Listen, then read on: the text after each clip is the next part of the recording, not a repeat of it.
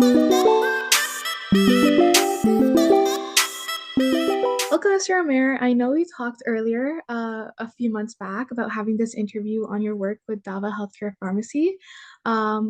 So thank you for joining us now. I will pass it on to Professor Bakir to ask you the questions and begin this interview.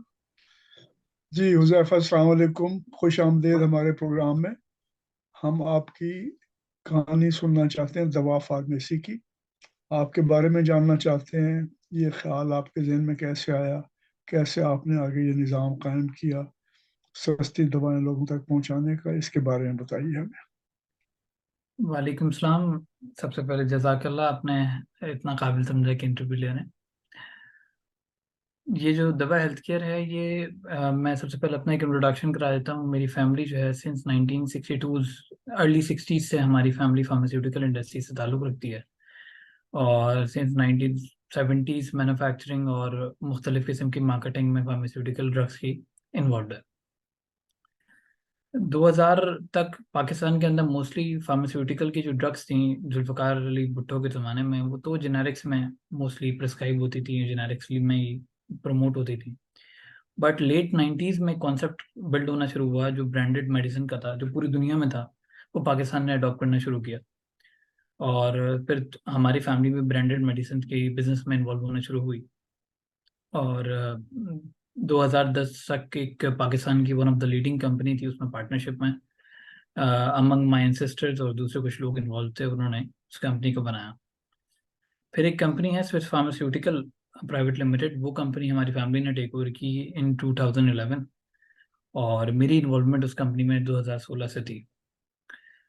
Basically अगर मैं एक छोटी चीज़ को summarise करूं तो हमारी family ने जो फाइनेंशियल या अपनी बेसिक ग्रोथ की, वो फार्मास्यूटिकल इंडस्ट्री की बेसिस पे की, और अपने आप को उसी बेसिस पे ही, मतलब जो बनाया, जो पैसे बनाए या जो चीज़ें अचीव की, वो उसी बेसिस पे की, और एक नाम बन गया। डेफिनेटली बहुत पुरानी कंपनी थी, पुराना नाम था।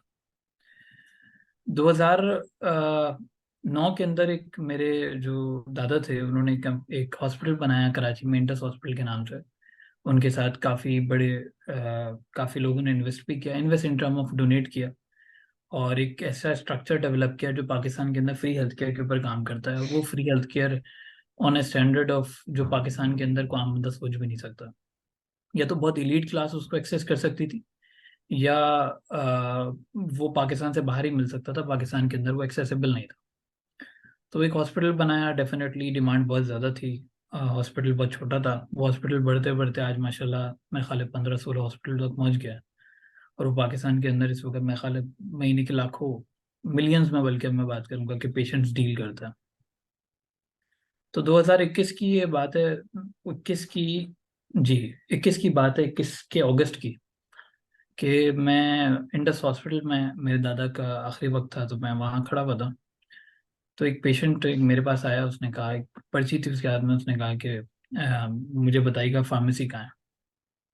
मैंने वो पर्ची उस हाथ में ली, बेसिकली उसी इंडस्ट्री से होते हुए मैं एक एज ऑफ इंटरेस्ट की डॉक्टर ने लिखा क्या है पढ़ूँ, तो जब पढ़ी तो वो पर्ची की कॉस्ट होगी नियर अबाउट उस टाइम पे 3000 या 3500 के करीब। तो मैंने उससे सवाल किया, मैंने कहा यार यहाँ तो अंदर फार्मेसी नहीं है, तो मैं बाहर जाना पड़ेगा, कोरंगी में हॉस्पिटल है। तो मैंने बोला कि तुम्हें कोरंगी जो आगे नासिर जंग के पास है वहाँ जाना पड़ेगा, और जाके वहाँ से मेडिसिन लेनी पड़ेगी। बट एज अ क्वेश्चन, क्योंकि वो अफोर्डिंग उसकी बड़ी चैलेंज नज़र आ रही थी, तो मैंने उससे एक सवाल किया, मैंने कहा यार 3000 ₹3500 की मेडिसिन आप परचेज करोगे, ये जानने के लिए कि करेगा। तो उस पर उसने आगे से कहा कि नहीं, 3000 नहीं, मैं तो नहीं खरीद सकता। अच्छा, वो उस उम्मीद में था कि वो उस हॉस्पिटल में आया है तो वो शायद उसको फ्री मेडिसिन मिल जाएगी, या कुछ बहुत सब्सिडाइज रेट में मेडिसिन मिल जाएगी। बट जब उसने तीन ठीक साढ़े है। तीन हजार की बात सुनी, तो फौरन उसने मना कर दिया। अच्छा, बच्चे की जब मैंने तबीयत, जिस बच्चे को लेकर आया था या जिसकी प्रिस्क्रिप्शन थी, मैंने उसकी तरफ देखा, तो वो मतलब आप समझ लें कि इतना वीक हो गया था कि उसकी जिस्म की हड्डियां, जो ये इवन कॉलर बोन होता है, वो इतना क्लियरली नजर आ रहा था कि वो अंदाजा हो रहा था कि बिल्कुल जो है ना वो लागर हो चुका है। और वो, अगर उस मेडिसिन की भी बात की जाए तो उसमें मोस्टली जो है ना वो deficient, vitamin D deficient, iron deficient की मेडिसिन थी। तो मैंने बोला कि इसकी ये हालत हो चुकी है, खुदा ना खास्ता कुछ हो ना जाए, तो मैं इसकी मेडिसिन क्यों नहीं दे रहा। और डॉक्टर तो सिर्फ आपको प्रिस्क्राइब कर सकता है, मेडिसिन तो यू हैव टू पे फॉर इट, और आपको लेना पड़ेगा। उस पर उसने कहा कि मर जाए, मेरे 4 बच्चे हैं, मैं हाउ इज इट पॉसिबल कि मैं 4 बच्चों को मारकर एक की मेडिसिन जो है वो अफोर्ड कर सकूं। मैं 800 रुपये पर डे कमाता हूँ, ये 3 से 4 दिन की मेडिसिन बनेगी। और दूसरा एक और इशू ये भी है कि मैं आज भी जो है वो रिक्शा छोड़कर आया हूँ, रिक्शा चलाता हूँ बंदा, मैं रिक्शा छोड़कर आया हूँ। और 4 दिन आप मुझसे कह रहे हैं कि मैं घर वालों को कुछ ना खिलाऊं, सिर्फ इसको मेडिसिन दिलाऊं, तो ये मेरे लिए प्रैक्टिकल नहीं है, मतलब मैं नहीं खरीद सकता। खैर उस वक्त तो मैं खुद भी एक फैमिली सिचुएशन में था, तो एज अ डोनेशन मैंने उस वक्त उसको लेके दे दी। लेकिन बाद में मेरे दिमाग में एक बात रही कि यार ये तो बड़ा चैलेंजिंग क्वेश्चन है। ये तो मतलब इंडस हॉस्पिटल कुछ भी कर ले या पाकिस्तान में कोई इदारा कुछ भी कर ले, ये तो कभी भी कवर नहीं हो सकता। उसने एट द एंड जब मेडिसिन ही अफोर्ड नहीं करनी है, मेडिसिन खरीदनी नहीं है, तो फिर क्या फायदा। हॉस्पिटल एक मरतबा एक हल्की मेडिसिन लिखेगा, अगली मरतबा उससे भारी लिखेगा, और हॉस्पिटल के केसेस भी कम नहीं होंगे, वो बढ़ते ही जाएंगे, क्योंकि एट द एंड मरीज तो दवा नहीं ले रहा। खैर उस वक्त एक वर्किंग बनाई, काफ़ी लोगों से डिस्कस की, बहुत चैलेंजेस थे, खुद उस इंडस्ट्री का पार्ट था, तो अंदाज़ा हुआ कि यार ये तो इम्पॉसिबल बात है जो मैं बातें कर रहा हूँ। इसको अगर मैं वर्केबल मॉड्यूल में कन्वर्ट भी करता हूँ तो ये इंडस्ट्री मेरे अगेंस्ट हो जाएगी। फिर हॉस्पिटल वालों से बात की, इंडस से बात की, बहुत सारे लोगों से बात की, उन्होंने कहा यार ये फाइनेंशियल मैटर्स हैं, इसके अंदर अगर हम इन्वॉल्व होंगे तो फिर हमारी जो सपोर्ट है वो ख़त्म हो जाएगी। फॉर एग्जाम्पल डेफिनेटली इनको भी मुख्तलिफ किस्म के इंडस्ट्रियलिस्ट ही सपोर्ट करते हैं ना, तो वो कहने लगे कि जी अगर वो जी। चलेगा तो हम कहाँ जाएंगे। फिर उस वक्त इतना डेफिनेटली मेरे पास भी इतना इतना फाइनेंस नहीं था कि मैं सेल्फ फाइनेंस के बेसिस पर इस पर वर्किंग कर सकूं। 2022 के मिड में मैंने ये आइडिया प्रेजेंट किया अपने बोर्ड को कि मैं ये करना चाहता हूँ आगे से। बोर्ड क्या आपका कोई इदारा है, तंजीम है जिसका बोर्ड था? मेरा जो स्विस फार्मास्यूटिकल है इसकी जो मैनेजमेंट बोर्ड है, मैं इसकी बात कर, अच्छा, ठीक है, प्राइवेट कंपनी जो है। प्राइवेट कंपनी है, ठीक है, जी जी। प्राइवेट कंपनी को के जो बोर्ड है, जो हमारा मैनेजमेंट बोर्ड है, मैंने उनको प्रेजेंट किया पहले। डेफिनेटली वो ओनर्स हैं और जी जी। मैं उसका पार्ट जरूर हूँ, बट एक up to a certain percentage सारा डिसीजन एक बोर्ड का कंसेंसस पे होता है। ठीक है। तो मैंने उनको प्रेजेंट किया, मैंने कहा ये आइडियाज़ हैं और ये चैलेंजेस हैं, इसकी फाइनेंशियल फिजिबिलिटी भी बनाई। और उसको डेफिनेटली जब आप एक फाइनेंशियल कंपनी को प्रेजेंट कर रहे होते हैं तो आप उसकी फाइनेंशियल फिजिबिलिटी पे ज़्यादा बात करते हैं। तो बताया कि ये अपॉर्चुनिटीज़ हैं, हम इसको इस तरीके से क्रिएट कर सकते हैं। बट उनका भी एट द एंड यही सवाल था कि दफ़े ये तो प्रैक्टिकल नहीं है, और आप अपनी एक कंपनी में रहते हुए एक दूसरी कंपनी बनाने की बात कर रहे हैं जो कि इस कंपनी की बेसिक साख को डैमेज करेगी, बिजनेस को डैमेज करेगी। दूसरा ठीक है। ये है कि चले हम कर भी लें, मान भी जाएं, तो अगर एट द एंड आप मेजर इंडस्ट्री से अगेंस्ट हो जाएंगे। जब मेजर इंडस्ट्री के आप अगेंस्ट होंगे तो इंडस्ट्री डेफिनेटली आपको सपोर्ट नहीं करेगी, बल्कि आपके अगेंस्ट लॉबी करेगी, ऐसे मैटर्स करेगी जिसको आप मैनेज नहीं कर पाएंगे। अच्छा, जिस एरिया में हम रहते हैं कराची, ये मोस्टली वैसे तो पाकिस्तान का फाइनेंशियल हब है, मेरा ख्याल है पाकिस्तान की 85% बिजनेस यही है। जी जी। But on the other hand यहाँ थोड़ा सा लॉ मैनेजमेंट का थोड़ा सा मसला है। यहाँ चीज़ें मैनेज भी बहुत अच्छी हो जाती हैं और मैनेज बहुत बुरी भी हो जाती हैं, क्योंकि लॉ का वो लेवल नहीं है, मैं कहूँ कि जो बाकी पाकिस्तान के शहरों में है। क्योंकि इतने ज़्यादा लोग हैं कि यहाँ गैप्स हैं जो मार्केट में भी।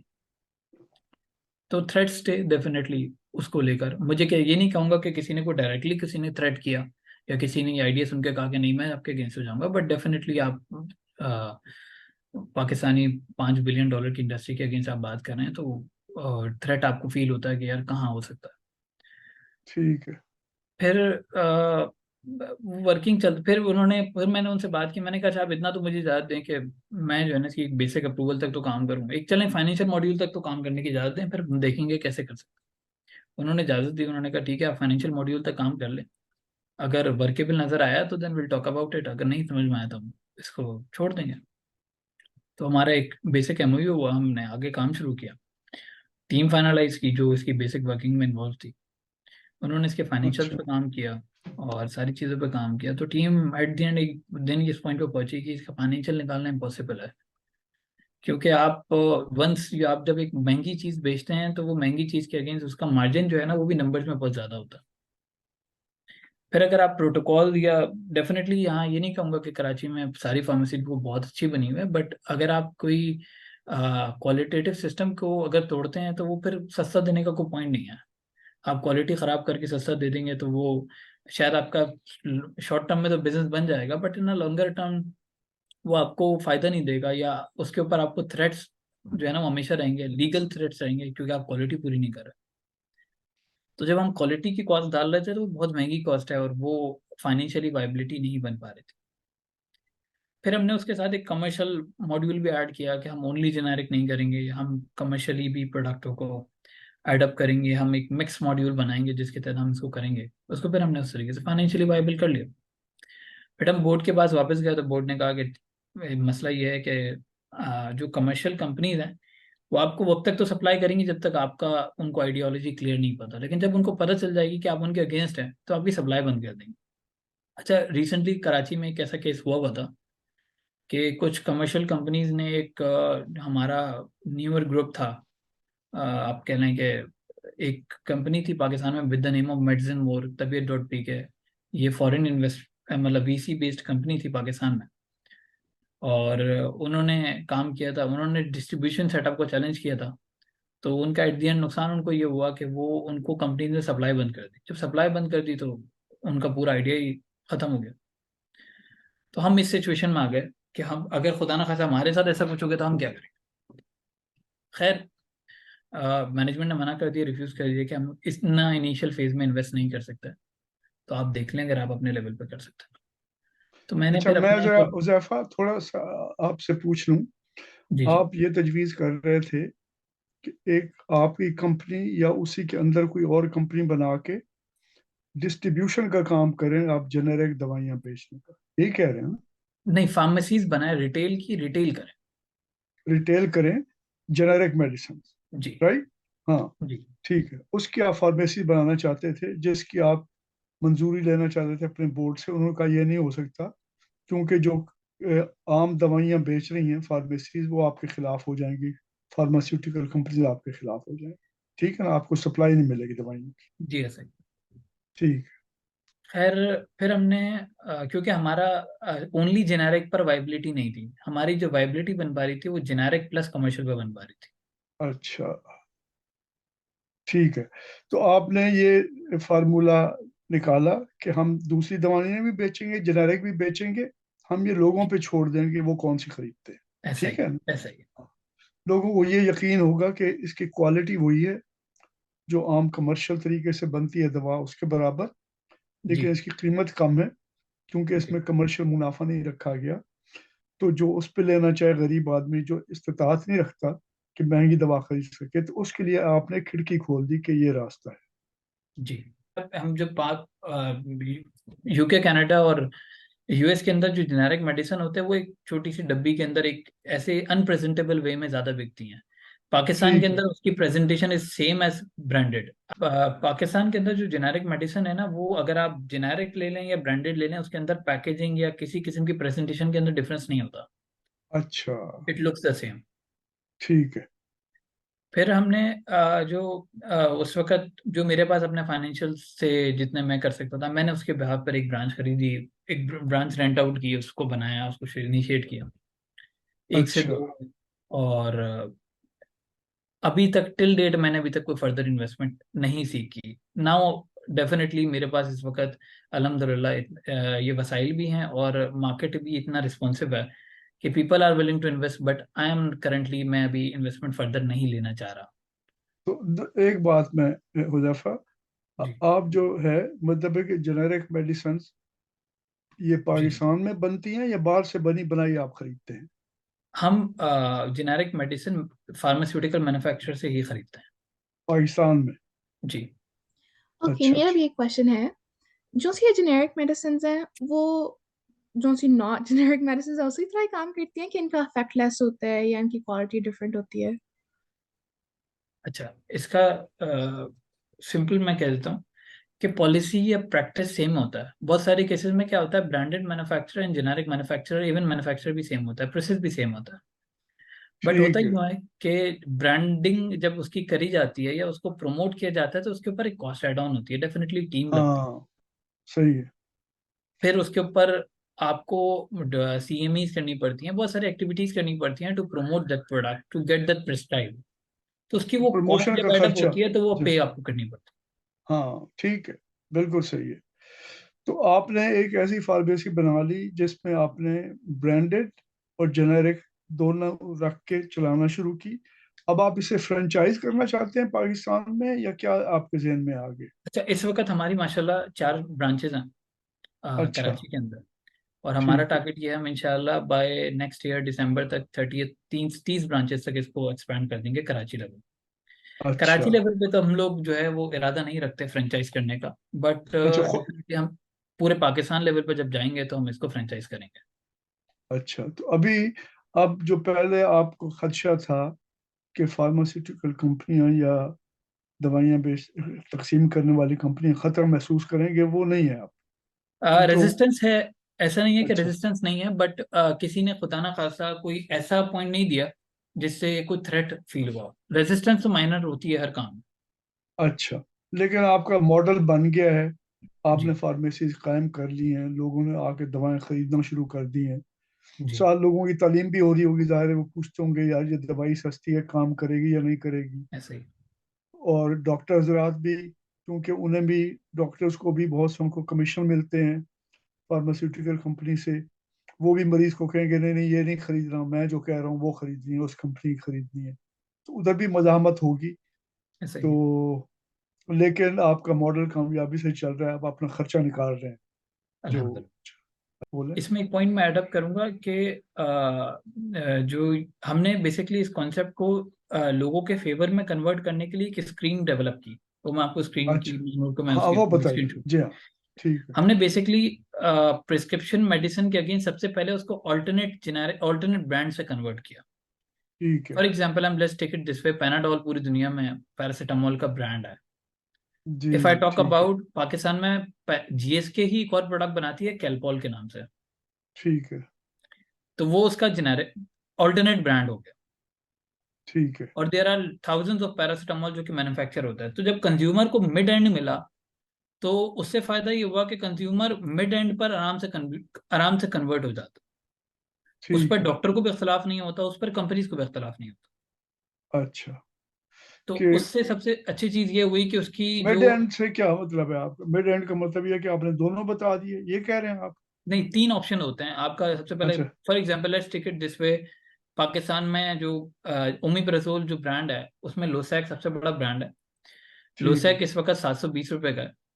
और ठीक है। रूलिंग इसका ऑल्टरनेट ब्रांड है। ठीक है। ऑल्टरनेट ब्रांड है 180 रुपीज का। तो अगर अच्छा। मैं 780 से 180 पे भी कन्वर्ट कर रहा हूँ जी तो जी, वो कंज्यूमर को अच्छा खासा डिस्काउंट पास ऑन हो जाता है। बिल्कुल सही है। सिर्फ ठीक उसको बात ये है। बात बताई जाती है कि लोसैक और रूलिंग सेम है। अच्छा, हाँ। डॉक्टर के लिए रूलिंग भी मतलब उसको मजायका नहीं है, रूलिंग के ऊपर इख्तलाफ नहीं होता है क्योंकि वो भी ब्रांड है। ठीक। ठीक है। फिर इसके बाद एक और ब्रांड हमारा जो बेसिक ओमिप्राजोल होता है, वो दैट इज मेरे ख्याल है 75 रुपीज का हमारा ब्रांड है। वो तो जो वो है जेनेरिक, जेनेरिक जेनेरिक। 75। जी जी। हाँ। उस पर अच्छा। आने के लिए उमूमी तौर पर वो फिर सेकंड या थर्ड फेज में एग्री करता है कि ठीक है, एक मरतबा ले लिया ठीक है, अगली मरतबा वो फिर आके बोलता है कि यार इतना में तो सही था, अगला भी स्टेप मैं हाँ। आपके साथ ट्राई कर सकता हूँ। हाँ। ठीक है। तो आप उनकी तालीम भी कर रहे हैं, और जी उनके लिए आपने उन्हें आज़ादी दी हुई है कि आप उन पे थोप नहीं रहे एक चीज़।